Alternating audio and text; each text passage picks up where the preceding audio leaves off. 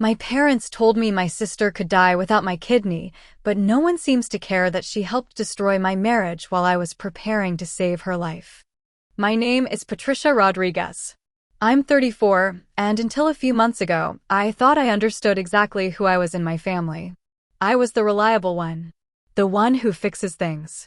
The one who doesn't make scenes. My younger sister, Lauren Rodriguez, is 31. Last year, she was diagnosed with autoimmune kidney failure.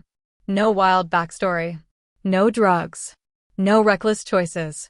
Just her immune system turning on her like it flipped a switch and forgot how to flip it back. By spring, she was on dialysis 3 times a week at a clinic in Bellevue. If you've never seen dialysis up close, it's not dramatic in a cinematic way. It's quiet and clinical. Recliners in a row. Machines humming. Tubes taped to arms.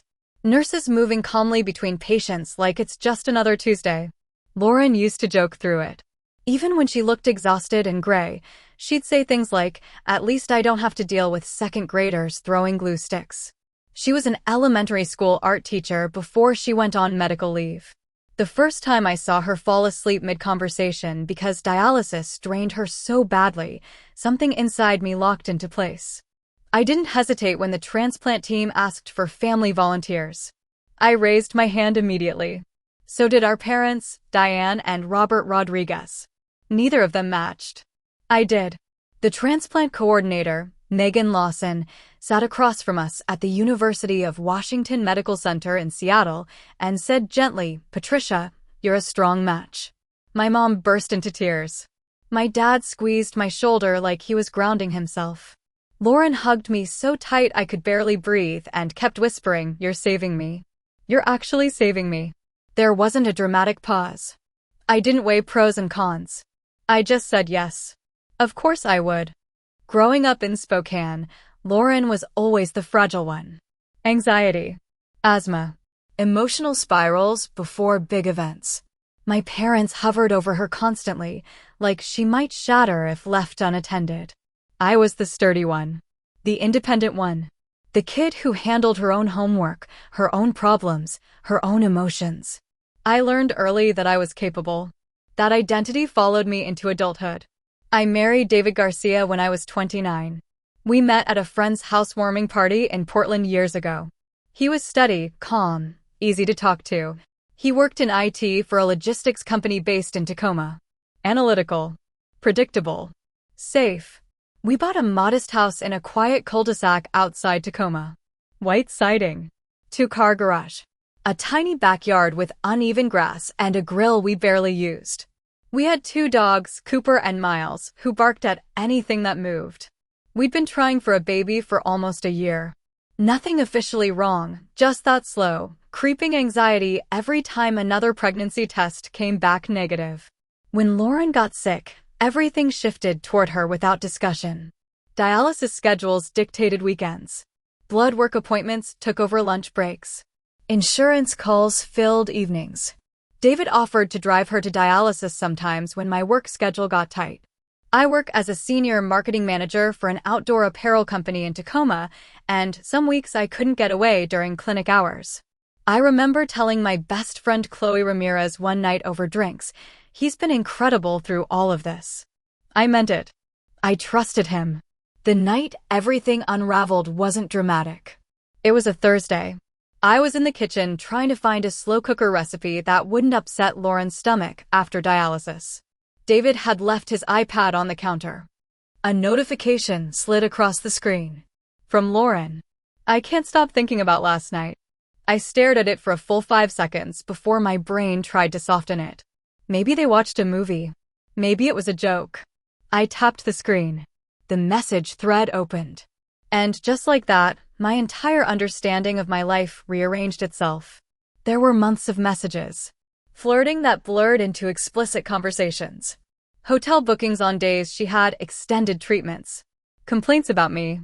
Lauren wrote once, "She's so focused on controlling everything. It's exhausting." David replied, "She's under a lot of stress. The transplant stuff has taken over." Lauren, do you ever feel like she needs you more than she loves you? David, sometimes. That word. Sometimes. It sat there like proof that I had imagined the stability in my marriage. I didn't scream. I didn't throw the iPad. I just stood in my kitchen while the dog scratched at the back door, waiting to be let in, and felt something inside me go completely still. When David walked through the front door an hour later, he took one look at my face and stopped. "What's wrong?" I turned the screen toward him. He didn't deny it. He didn't even try. He just exhaled slowly and sat down across from me like we were about to discuss mortgage rates. "It started after her diagnosis," he said. "She was in a bad place." I laughed.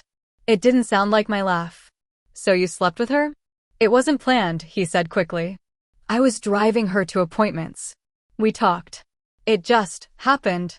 "It just happened," I repeated. He ran his hand through his hair. "You were distant. Everything was about the surgery. I felt like I lost you." "Lost me?" "I was preparing to give my sister an organ. And that justified this?" I asked quietly. He didn't answer that directly. He just said, "It got complicated." Complicated. The word felt obscene.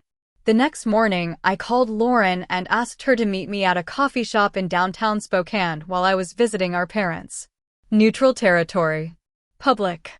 She walked in looking thinner than I remembered. Pale. Oversized cardigan hanging off her shoulders. For a split second, I saw my sick little sister. Then I remembered the messages. "I saw everything," I said. Her face crumpled instantly. "I didn't mean for it to happen," she whispered. "How long?" I asked. "Since early summer. 5 months. While I was doing compatibility testing. While I was meeting surgeons. While I was signing consent forms." I felt broken, she said, tears spilling over. "Dialysis makes you feel disgusting. David made me feel normal." "Normal? So you decided to feel normal by sleeping with my husband?" I asked. "I didn't think you'd find out," she said. That honesty hit harder than if she'd lied. I moved out of the house that weekend. I found a short-term rental near the waterfront in Tacoma. Small. Quiet. No shared memories in the walls. I didn't tell my parents immediately. We still had transplant prep appointments scheduled. Blood work. Psychological evaluations. Every nurse who told me I was brave made my stomach twist. Finally, I told my mom. We were standing in her kitchen in Spokane, the same one where she'd cried when I matched. She went very still. When I finished explaining, she closed her eyes for a moment and then said softly, "This is awful. But Lauren is still sick." That sentence has echoed in my head ever since. Lauren is still sick. As if betrayal and organ donation can be separated cleanly. As if my marriage collapsing is an inconvenient side plot.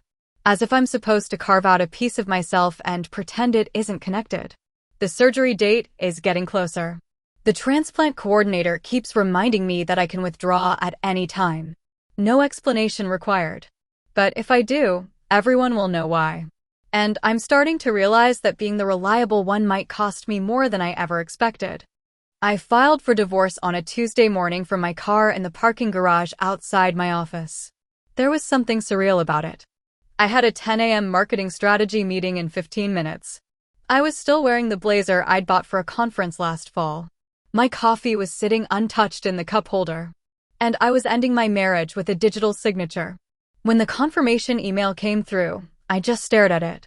8 years condensed into a PDF attachment. David texted me that afternoon. "Are you serious?" That was it. No apology. No reflection. Just confusion that I would actually follow through. I didn't respond. The transplant prep appointments didn't stop just because my life detonated. The surgery was still scheduled for 3 weeks out. Blood work still needed updating. Psychological clearance still required final approval. At the University of Washington Medical Center in Seattle, everything felt eerily normal. Megan Lawson, the transplant coordinator, greeted me in the hallway with her usual calm smile. "How are you holding up?" she asked. It was such a loaded question, and she had no idea. "I'm fine," I said automatically.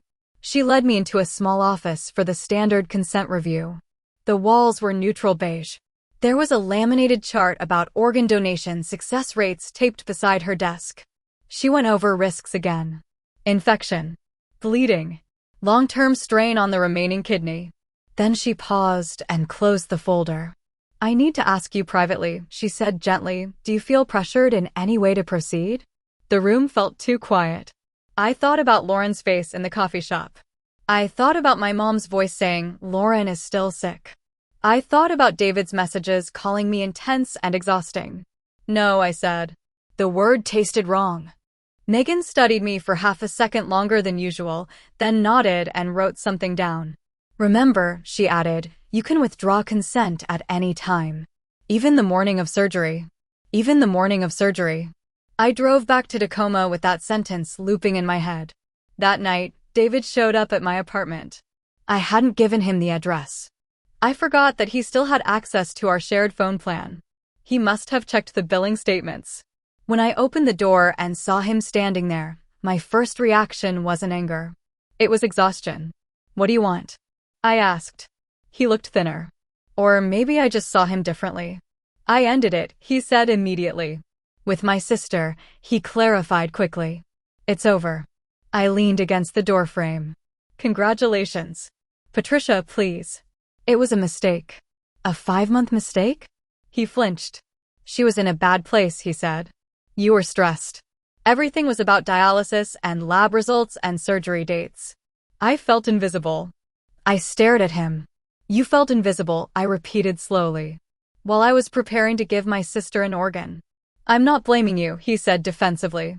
I'm just explaining how it happened. I stepped aside and let him come in because I didn't want to have this conversation in the hallway.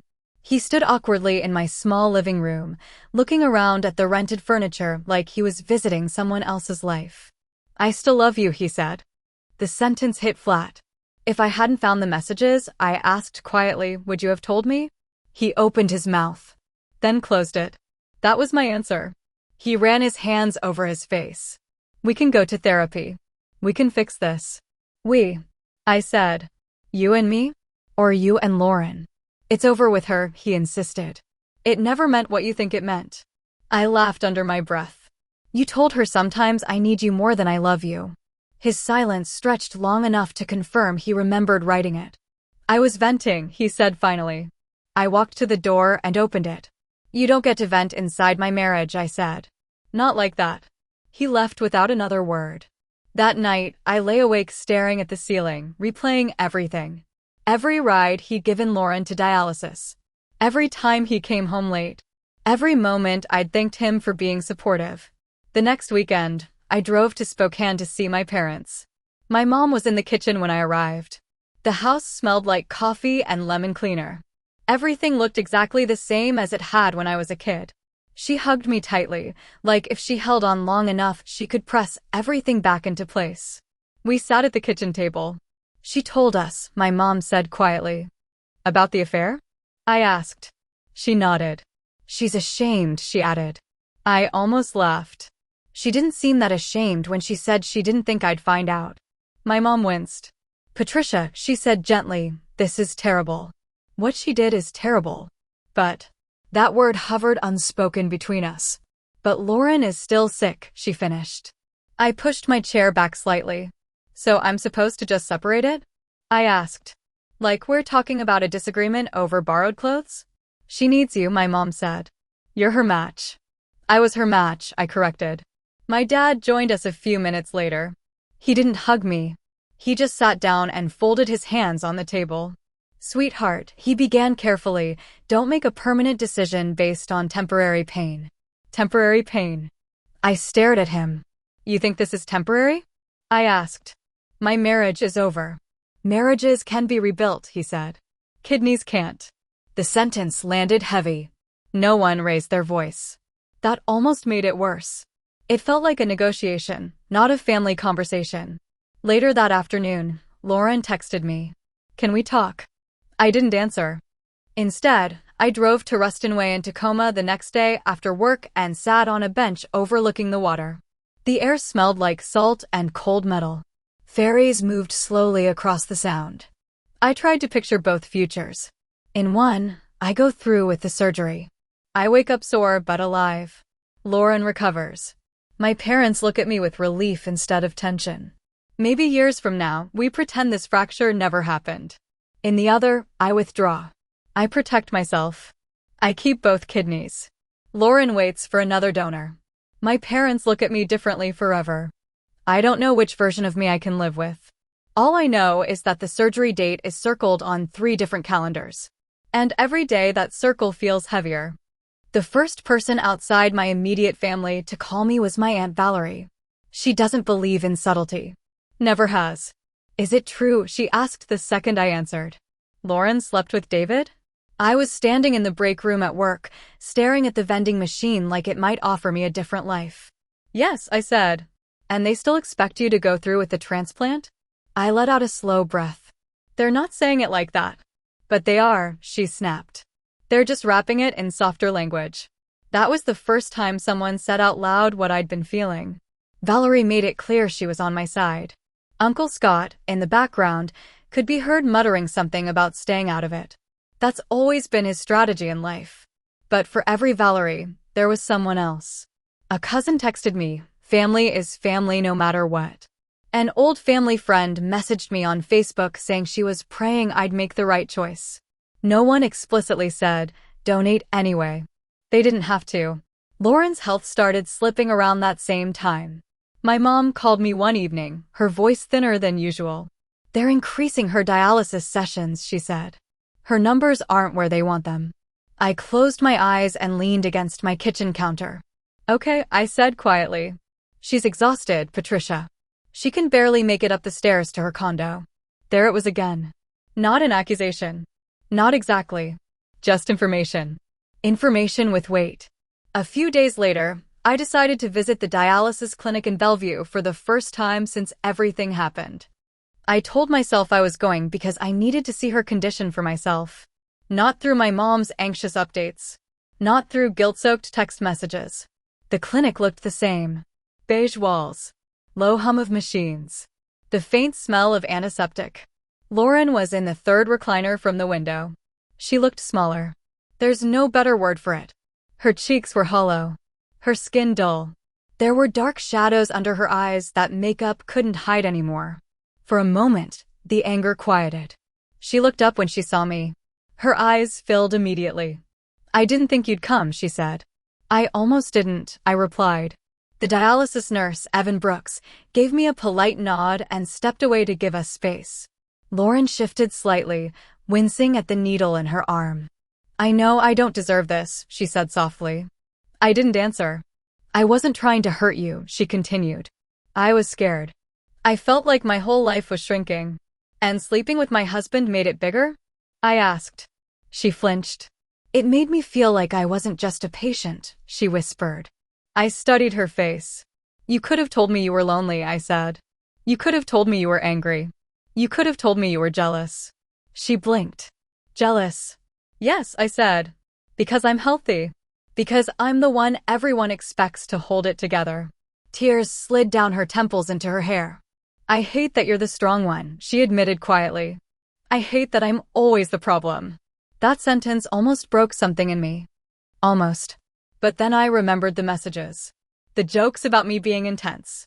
The words sometimes. "You didn't just hurt me," I said evenly. "You humiliated me." Her breathing hitched.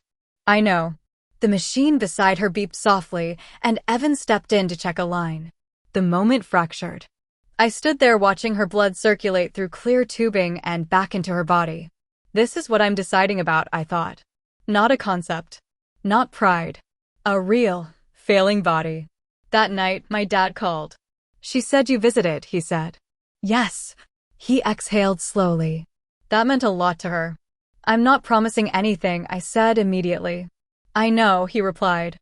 But then he added, "She doesn't have a lot of time to wait." The pressure wasn't loud.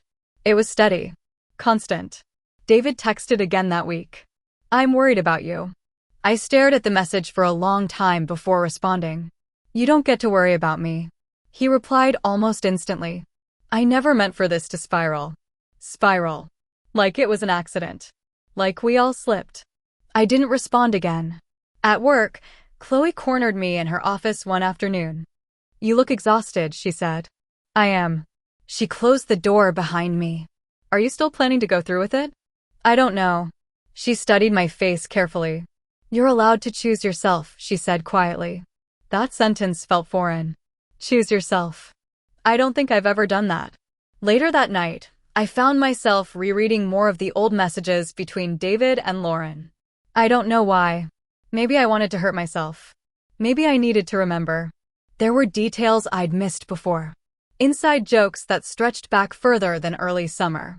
Plans that overlapped with weekends we'd spent at my parents' house discussing transplant logistics. It wasn't just a stress-induced lapse. It was sustained. Intentional. The next morning, my mom sent a group text with a photo of Lauren smiling weakly from her couch. "She's trying to stay positive," she wrote. I stared at the picture. Lauren looked fragile. But she also looked aware. Aware that I was watching. Aware that the decision was mine. For the first time, I felt something shift. Not anger. Not forgiveness. Something harder. The realization that no matter what I choose, someone will say I chose wrong. And the surgery date is getting closer. I thought I already knew the worst of it. I was wrong. It started with something small. It always does. About a week after I visited Lauren at the dialysis clinic, I met up with Chloe after work. We went to a quiet bar near the water in Tacoma. It was dim, low music, the kind of place where no one asks questions if you stare at your drink too long. "You're spiraling," she said gently after listening to me vent for 20 minutes. "I'm not spiraling," I said. "I'm thinking. You're rereading their messages at 2 in the morning." I didn't argue with that. "What are you looking for?" she asked. "I don't know," I admitted. Proof that it wasn't real. Or proof that it was worse than I thought. She tilted her head. "Why worse?" "Because if it was worse, then I wouldn't feel crazy for hesitating." That night, when I got back to the apartment, I did something I hadn't done yet. I logged into our old shared cloud storage. David and I used to dump everything in there. Tax documents. Trip photos. Random screenshots. We were never very organized about separating accounts. I wasn't even sure what I was looking for. Then I found it. A folder labeled June. Inside were hotel confirmations. 2 nights in downtown Seattle. 1 night in Bellevue. The dates made my stomach drop. One of them was the same weekend my parents hosted a small dinner to thank me for agreeing to the transplant. I remember that dinner clearly. My mom made roast chicken. My dad gave a little speech at the table about family showing up for each other. Lauren cried and hugged me in front of everyone. David left early that night, saying he had a migraine. The hotel confirmation was time-stamped 9:42 p.m. That same night, I sat on the edge of my bed staring at the screen, my hands numb. It hadn't started after dialysis got worse. It hadn't started when I was distant. It overlapped with the moment my family was praising me for saving her life. The next day, I texted David. When did it really start? He didn't reply for hours. When he finally did, it was one sentence. Late May. Late May. That was before I'd officially matched. Before surgery prep. Before everything intensified. I called him instead of texting back. He answered on the second ring. "You lied," I said. "I was trying to spare you," he replied. "You were trying to protect yourself." There was silence. "It wasn't emotional like that," he insisted. "It just escalated. You booked hotels while my parents were thanking me for donating a kidney." He exhaled sharply. "You're twisting it." "I'm twisting it?" My voice finally rose. "You were sleeping with my sister while I was agreeing to be cut open for her." "It wasn't about the transplant," he said. "It was exactly about the transplant," I shot back. "You bonded over it. You bonded over me." He didn't deny that. That was the part that changed something in me. They hadn't just betrayed me. They'd built something in the shadow of my sacrifice. A few days later, Lauren texted asking if we could talk again. I drove to Bellevue this time. Her condo was quiet, curtains half drawn. There were pill bottles lined up on the kitchen counter. She looked tired. More than before. "I know you're angry," she said, sitting carefully on the couch. "But you keep acting like this was some grand scheme. Wasn't it?" I asked. She shook her head weakly. "It started with rides to dialysis. He'd sit with me. We'd talk about how scared I was. About how overwhelmed you seemed. I felt my jaw tighten. So I was the common ground." She hesitated. "In a way," she admitted. That honesty again. "He said you were shutting him out," she continued softly. "That you were in control mode all the time. I laughed, but it came out sharp. Control mode? I was coordinating organ donation. I know, she said quickly. I'm not saying it was fair. I'm just saying, it felt like the two of you were on this team, and I was just the sick one on the outside. I stared at her. So you and my husband formed your own team? Her eyes filled. I hated that you were strong enough to handle it, she said. I hated that you weren't falling apart. That sentence hung between us. All my life, being the strong one was treated like a compliment. In that moment, it felt like a liability. Did you love him? I asked quietly. She didn't answer right away. I don't know, she said finally. It felt intense. Intense. That word again. Did he love you? I pressed. She looked away. He said he felt needed. There it was. Needed. I drove home shaking. Not because I was shocked anymore, but because I finally understood something. They hadn't just been reckless. They'd been feeding off a narrative where I was too strong, too controlling, too capable, where my stability made them feel small. And instead of talking to me, they built something secret. The next morning, my mom called again. She's weaker this week, she said softly. Dr. Cole mentioned the word urgent. Urgent. Everything felt urgent now. My dad got on the line. We're not pressuring you, he said carefully. But time matters. Time matters. So does trust. So does dignity. That night, I sat alone in my apartment and looked at my reflection in the dark window. I tried to picture lying in a hospital bed next to Lauren after surgery. Would I feel peace? Or would I feel hollow? I'm starting to realize the affair wasn't just a mistake born from stress. It was something that grew quietly while I was being praised for sacrifice.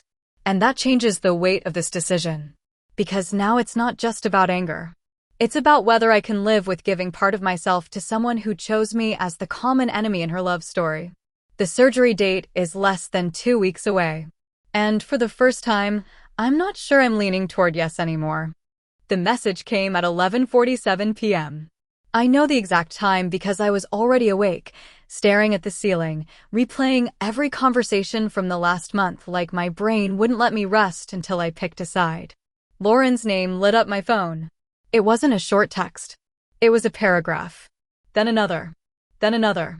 I know I don't deserve anything from you, it started. I know what I did was unforgivable. But I'm scared. Dialysis isn't working the way it used to. Dr. Cole said we need to move fast. I don't want to die over something that happened between you and me. Between you and me. Like it was a sister argument. She kept going. I need you to separate our issues from my medical situation. They're not the same thing. One is emotional. One is life or death. I read that line 5 times. Separate our issues. I sat up in bed, my chest tight. Our issues. Sleeping with my husband. Mocking me in private messages. Letting me sign surgical consent forms while they were booking hotel rooms. Those were apparently issues. I didn't respond that night. The next morning, I had a final psychological evaluation scheduled at the transplant center. Just routine clearance before surgery. I almost canceled. Instead, I drove to Seattle in heavy traffic, gripping the steering wheel so tightly my hands hurt. The office was quiet. Neutral walls. A box of tissues placed neatly on a side table like it expected tears. The psychologist asked standard questions at first. Do you understand the risks? Yes. Are you donating voluntarily? Yes. Do you feel coerced in any way? The word hung there. Coerced. I thought about my mom's trembling voice. My dad's careful logic. The group texts with photos of Lauren looking weaker each week. The word urgent. The word life or death. I don't know, I said finally. It was the first honest answer I'd given in weeks. The psychologist paused. Tell me more, she said gently. So I did. I told her about the affair. About the timeline. About the hotel confirmation on the night my parents thanked me for agreeing to donate. I told her about the message the night before. Separate our issues. She didn't react dramatically. She just listened. Do you feel like you have space to make this decision without fear of losing your family? She asked. That question hit harder than anything else. Because the answer was obvious. No. If I withdrew, something fundamental would shift. My parents might not scream. They might not cut me off. But they would look at me differently. Lauren might survive with another donor. Or she might not. And if she didn't, I would always be the sister who could have stepped in and didn't. The psychologist leaned forward slightly. You're allowed to prioritize your emotional safety, she said. Organ donation is a gift. It can't come from resentment. Resentment. I drove home in silence. That afternoon, Lauren called. I almost let it go to voicemail. Instead, I answered. Hi, she said, her voice thinner than usual. I got your message, I replied. There was a pause. I'm not trying to minimize what I did, she said quickly. I need you to understand this is bigger than us. It's not bigger than us, I said calmly. It happened because of us. I was dying, she snapped suddenly, emotion breaking through. You don't know what that feels like. No, I said evenly. But I know what it feels like to be betrayed by my sister and my husband at the same time. She was quiet. You're strong, she whispered after a moment. You've always been strong. You'll move on. There it was again. The assumption. That I can absorb it. That I can handle it. And you? I asked. You just get to survive and pretend none of this happened? That's not fair, she said weakly. Neither was any of this. She started crying. I don't want to die because of a mistake, she said. Mistake. 5 months. Hotels. Sometimes. I felt something inside me settle. Not anger. Not revenge. Clarity. This wasn't just a mistake, I said quietly. It was a choice. Repeatedly. She was silent. I can't separate this, I continued. You don't get to carve my body open and tell me to treat it like a separate file in a folder. Her breathing grew uneven. So what are you saying? She asked. I didn't answer immediately. Because saying it out loud would make it real. I'm saying I need space, I said finally. Patricia. I need space, I repeated, firmer. I hung up before she could respond. That night, my mom called again. She told us you're hesitating, she said. I didn't bother denying it. She's terrified, my mom whispered. She thinks you're punishing her. Punishing. I looked around my small apartment. The packed boxes. The silence. I'm protecting myself, I said. My mom exhaled shakily. Life and death is bigger than pride. Pride. That word stung. This isn't pride, I said. It's trust. She didn't respond. After we hung up, I sat at my kitchen table for a long time. The surgery date was 10 days away. 10 days until they would will me into a bright operating room. 10 days until I would give up something permanent. I opened my phone, scrolled to Megan Lawson's contact information, hovered over it, closed the screen, opened it again. The next morning, I woke up with a heaviness in my chest that felt different. Less frantic. More decided. I picked up the phone. And this time, I didn't hesitate before dialing. Megan Lawson answered on the second ring. Transplant Services, this is Megan. For a second, I almost hung up. Hi, it's Patricia Rodriguez. Her tone shifted immediately, warm and professional. Hi, Patricia. How are you feeling? There are so many ways I could have answered that. I need to withdraw, I said. Silence. Not shocked. Not judgmental. Just space. Okay, she replied gently. Are you sure? That word again. Sure. I looked out the window of my apartment. Gray sky. Early morning light barely breaking through. Yes, I said. All right, she said. I'll document that you've chosen not to proceed. You don't need to provide a reason. We'll notify the recipient's team. Recipient. Not sister. Not Lauren. Just recipient. When will she find out? I asked. Today, Megan said. Likely this afternoon. My chest tightened. Thank you, I managed. After I hung up, I just sat there. I didn't feel triumphant. I didn't feel relieved. I felt still. Like something had finally stopped spinning. The phone started buzzing around noon. First my mom, then my dad, then Lauren. I didn't answer any of them at first. My mom left a voicemail. Her voice was shaking. Patricia, please call me. They told Lauren you withdrew. She's not taking it well. I waited an hour before calling back. She answered immediately. Why didn't you talk to us first? She asked. Because every time I tried, it turned into a debate, I said. This isn't a debate, she snapped, her composure cracking for the first time. This is her life. And this is mine, I replied quietly. She thinks you hate her. I swallowed. I don't hate her. Then why would you do this? There it was. Not what happened to me. Not what I'm going through. Just why would you do this? I can't give a part of myself to someone who treated me like collateral damage, I said. My mom started crying softly. She's terrified, she whispered. Dr. Cole said her numbers are dropping faster now. Guilt hit fast and sharp. Is she dying right now? I asked. No. Is there no other donor possibility? They're looking, she said. But you were the best match. Best match. The responsible one. The reliable one. She made choices, I said, my voice shaking despite myself. So did David. I didn't. There was a long pause. Your father doesn't understand this, she said finally. He thinks you're letting emotion cloud something permanent. Emotion. Like betrayal is a mood swing. After we hung up, my dad texted me instead of calling. I'm disappointed. But I still love you. That sentence sat heavier than if he'd yelled. Lauren's call came next. I answered it. She was crying hard enough that her words were breaking apart. You actually did it, she said. Yes. I thought you were just trying to scare me. I'm not trying to scare you, I said. I'm trying to protect myself. You're choosing yourself over me, she said. Yes, I answered. There was a long silence on the line. I might die, she whispered. The words hit deep. They weren't dramatic. They weren't manipulative in tone. Just raw. I know, I said. And you're okay with that? That question will probably echo in my head for the rest of my life. I'm not okay with any of this, I said. But I can't undo what you did by pretending it doesn't matter. She inhaled sharply. So that's it? She asked. You're just done. I'm done being the strong one at my own expense. She hung up without saying goodbye. By evening, extended family knew. A cousin texted, I hope you can live with yourself. Aunt Valerie called and said, hold your ground. Uncle Scott sent a neutral, this is tough.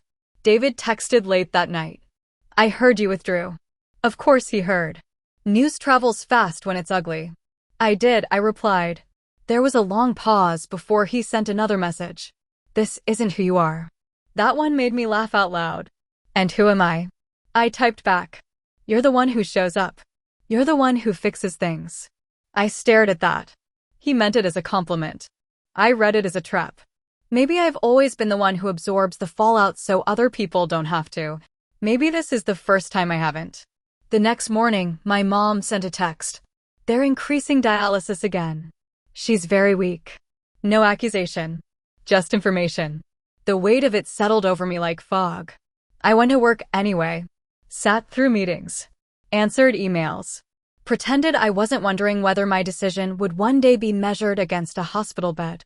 That night, I stood in my apartment alone, listening to the quiet hum of the refrigerator.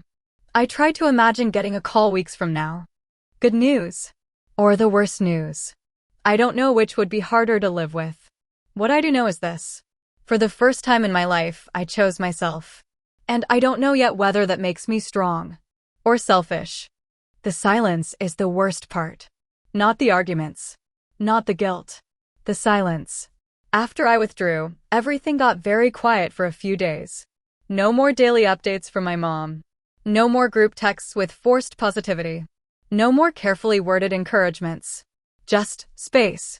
At first, I thought maybe that was good. Maybe everyone needed time to cool down. Then I realized it wasn't cooling down. It was distance. A week passed. Then another. I heard updates about Lauren through my mom, but they were shorter now. More clinical. She's stable. They adjusted her meds. She's tired. No one mentioned the transplant anymore. The surgery date came and went quietly. I woke up that morning before my alarm went off. 6:12 a.m. That was around the time they would have been prepping me for anesthesia. I lay there staring at the ceiling, imagining the alternate version of my life. In that version, I'm in a hospital bed in Seattle. Groggy. Sore. My parents hovering nearby. Lauren in another room recovering. The doctors optimistic. In that version, I'm the hero. In this one, I made coffee and went to work. No one at the office mentioned the date. Chloe knew, of course. She hugged me in the hallway without saying anything. I appreciated that she didn't ask if I regretted it. Because I don't know the answer. About 3 weeks after the canceled surgery, my mom called late at night. My stomach dropped when I saw her name. "She's in the hospital," she said. I gripped the edge of the kitchen counter. What happened? Infection. Dialysis complication. They caught it early. Is she? She's stable, my mom said quickly. But it scared her. It scared me too. After we hung up, I sat on the floor with my back against the cabinets, staring at nothing. This is what I chose, I thought. Not her infection. Not her illness. But the risk. Every time something goes wrong now, there's a part of me that will wonder if it could have been different. Lauren texted me the next day from the hospital. Just 3 words. I'm still here. I stared at the screen for a long time before responding. I'm glad. That was it. No apology. No reconciliation. Just acknowledgement. David tried reaching out again around that time. I think about you every day, he wrote. I didn't answer. He followed up a week later. I know I don't deserve forgiveness. But I hate that this is how everything ended. Everything ended long before I withdrew from surgery. It ended in a hotel room in Seattle while I was sitting at my parents' dining table agreeing to save my sister's life. I finally responded to him once. This ended when you decided I'd survive it. He didn't reply after that. The divorce paperwork moved forward quietly. No dramatic courtroom scenes. Just signatures. Asset division. Logistics. The house in Tacoma will be sold. The dogs are with me. Sometimes at night, I lie in bed and replay the moment I made the call to withdraw. I try to detect regret in my own voice. I don't hear it. But I do hear doubt. Lauren hasn't found another donor yet. They're still searching. The transplant list is long. Every time my phone rings unexpectedly, my chest tightens. I don't know what I'll feel if she gets a match. Relief? Jealousy that someone else gets to be the hero? I don't know what I'll feel if she doesn't. My dad and I talk less now. He keeps things polite. Surface level. Weather. Work. The dogs. My mom sounds tired all the time. Lauren and I haven't seen each other since the clinic. There's no clean ending here. No moment where I suddenly feel certain. I chose myself. But sometimes choosing yourself feels a lot like standing alone. I don't know if Lauren will survive this. I don't know if my family will ever look at me the same way. And I don't know, years from now, which will weigh heavier. The kidney I kept. Or the sister I might lose. So tell me honestly, did I protect myself? Or did I abandon her when it mattered most?